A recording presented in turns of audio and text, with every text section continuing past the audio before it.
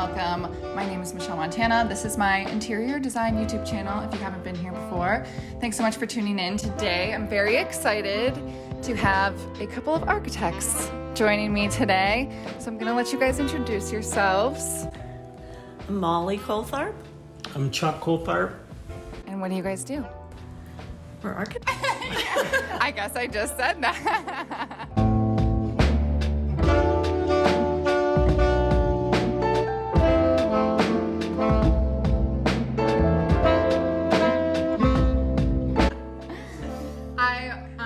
I'm friends with their daughter, Chloe, and she happened to mention that her parents were architects, and I was like, that means they have a really cool house. So can I come stalk your parents' house? And luckily you guys said yes. So as architects, what really drew you guys to this beautiful house? Well, I grew up in Bradford Woods, and we were living in the city and had a child and another one on the way. Wait, I'm so sorry. Where were you living? We were living in Swissvale. Okay. And it was like a craftsman kind of bungalow. And we kept thinking that we wanted to move closer to my parents who still lived in Bradford Woods. And my mother ran into someone who said that they wanted to subdivide the property and sell the modern house because they didn't like the style and build another house that was more traditional on the property. So we came to look at it, and I was like, oh geez, 7 months pregnant at the time, and it sort of overwhelmed me because while it was a modern house, it had a lot of work that needed to be done. We could move into it, but eventually to have it the way we wanted it, we knew we had to do a lot of work. So the couple who owned it was thinking about it. They had someone else who was looking at it who wanted to tear the roof off and put a pitched roof on it. So when I heard that, I was like, no, we have to get it. We have to rescue that house. And so it was, just wanting to be in the neighborhood. It has gorgeous views. It's private. The cost, we couldn't have done any better. So it gave us a little bit of flexibility to do some renovation right from the start. Yeah. So almost 24 years later, you guys pretty happy with your decision, right? And a lot of work. Yeah. I mean, Well, I had to convince her that this was it had good bones. I mean, the outside's gorgeous. I mean, it's just really the views. That's what we probably enjoy the most. Mm-hmm.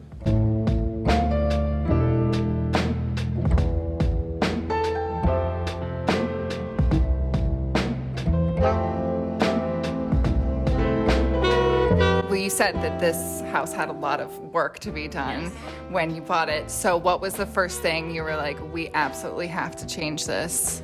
So it's you walk into the main level and go down to the bedrooms, and one of what is now the bedrooms had a furnace in it. So because we had 2 kids by the time we moved in, we wanted to make 2 equal-sized bedrooms. So that was really the first thing we did. We relocated the furnace, and we made 2 equal-sized bedrooms.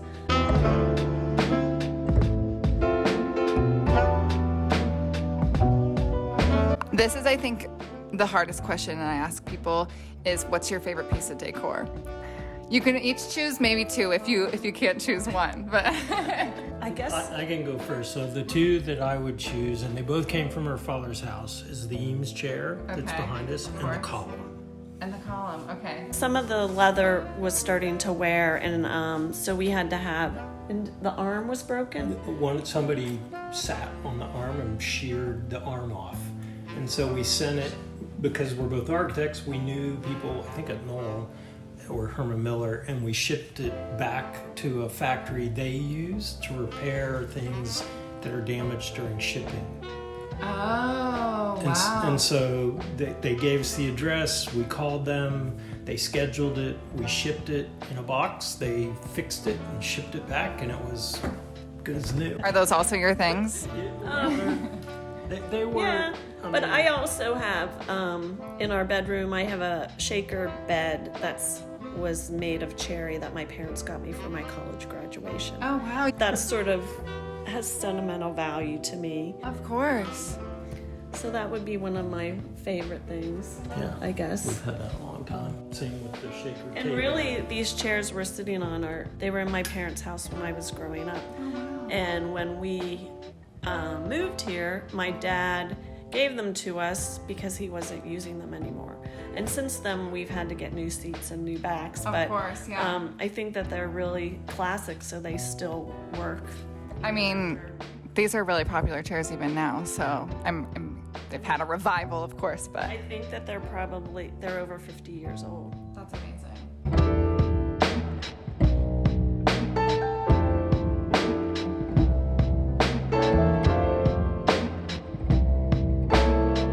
Okay, well, speaking of art, do you guys have favorite pieces in the house? I would say my favorite pieces are things my kids have done. Like I showed you the picture Chloe did, the painting Macton at the bottom of the stair, and then on the other wall is a drawing that Chloe did that I really like. And I like the one Molly did in college. So. It's so good. That's my favorite too. So what makes you guys feel really good in your space? Like, is there a feeling? Is there people? What makes you guys feel like really at home?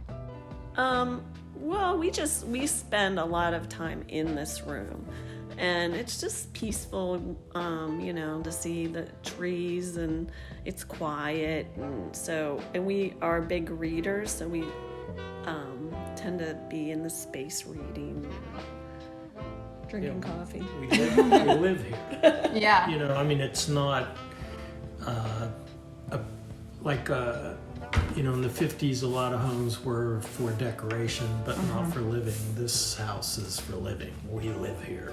Yeah, we don't have any spaces that no one really goes in or occupies.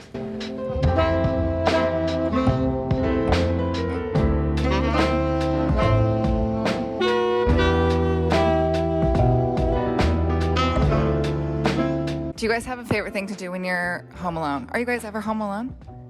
Or are you guys always generally together? Friends make fun of us because we have a routine on the weekend, which is based... Well, this is when we're home. You're talking about one of us, not both of us together. I guess, yeah. When there's only one of you here. Okay, I'll let you go.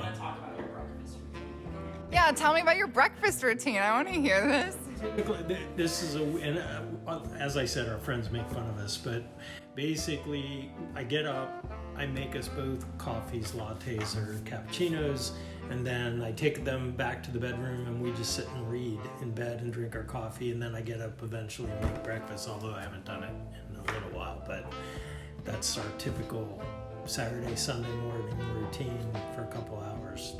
That sounds pretty ideal. I don't know why anybody would make fun of that.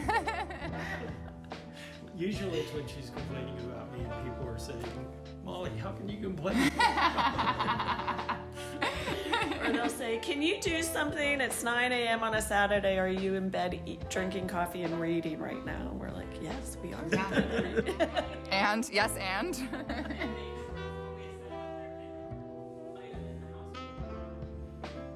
Oh, okay. That's like our splurgy thing, the coffee maker. Yeah. That was the thing I resisted the most when we were renovating, to do a built-in coffee maker. Oh. And so Chuck talked me into it, and it is like one of our favorite things. And he loves to it keeps track of the cups of coffee. So he likes to tell me, we have had 3,000. Okay, but home alone, Chuck's not here, Molly's not here. What do you guys love to do? I would read. I do work. I have things that I'm involved in, and so I'll go down to the office and do some work. Now I travel a lot, so I'm almost never home when she's not home. Yeah. It almost never happens. But if it were to happen, her dad, when he passed away, had a wood boat, like a model ship that's downstairs that I've been working on for Oh, like cool. a year and a half, and it's just the hull is built. Yeah. The other thing her dad had was a car, which is in the garage, which I go work on. Oh, So fun. that's been a more recent thing. Morgan 4.4. So we can take you out. Yeah, we're definitely gonna have to look at it.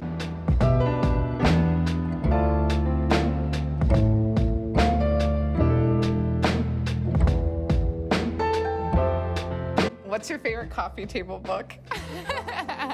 I'm laughing because Chloe told me. She took mine, Chloe Which claims was- she gave it to which her. was the Alberto Giacometti big book. Did you bring it with you, Chloe?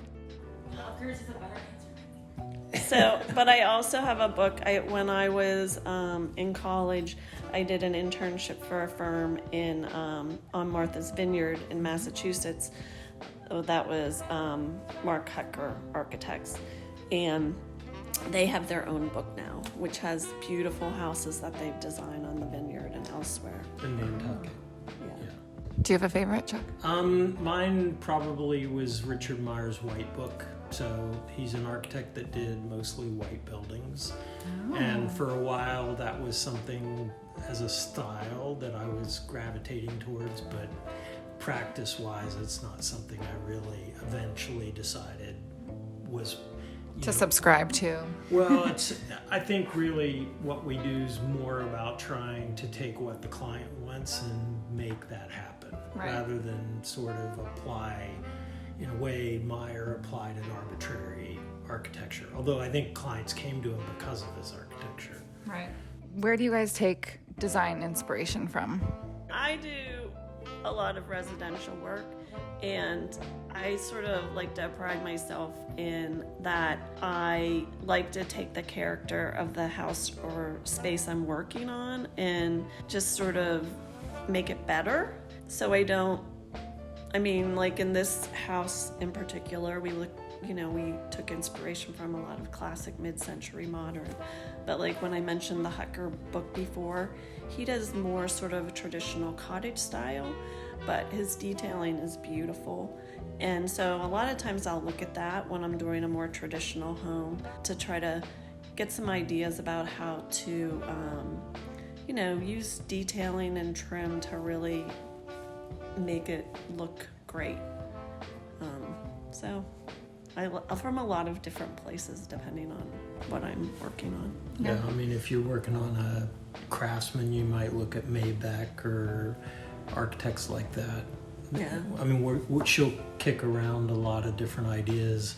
We used to have a very, I think we may still have it, but there was a 1950s book that we used to have that she would show clients pictures to try to get them to see what's possible in their house. But I guess we look, as architects, we look at a lot of other architects. But there's a few, like I like to, on Instagram I follow Dwell, and then they have a lot of cool houses that it's mostly modern architecture. I studied in Helsinki, so mine is like Eliel Saarinen, Eero Saarinen, and Eliel's work's more national. It's like a more kind of brick international look, and Eero did TWA, did very sculptural work. And so they're not similar, but they're both kind of cool. Yeah. And I think it would be interesting if we designed our own house where it would land, because we like mission style. We liked our craftsman house in Swissvale. I think we just like a house that's sort of well put together and livable. not themed, but livable. Yeah. I mean, like, I think it's funny Consistent. that he picks the Meyer book, because I feel like this house that we live in, it's more we wanted to maintain the natural materials that were there and add some richer woods and things like that. I'm not really a huge fan of the new everything white look, because I want my house to be like a background for all the things I've collected throughout my life. Well, just like warmer and not so sterile. Yeah, that's the problem with Meyer. I mean, again, I like the picture book, because I work on airports now, and they tend to be more sterile. Yeah. And so the architecture is interesting to me to look at and to sort of get inspiration from, but then we're doing the same thing in airports now. We're trying to bring wood in, we're trying to make them more natural. Oh, interesting. Yeah. So it's kind of a odd, I guess, dichotomy, but you're trying to take this very comfortable house feeling and bring it so that you feel, when you arrive, you feel as your user experience that you've arrived. Yeah. That this is Pittsburgh, or this Right. is Columbus, or this is wherever you're flying into. And you're feeling like more welcome than you would in just Like a you very own it. sterile environment.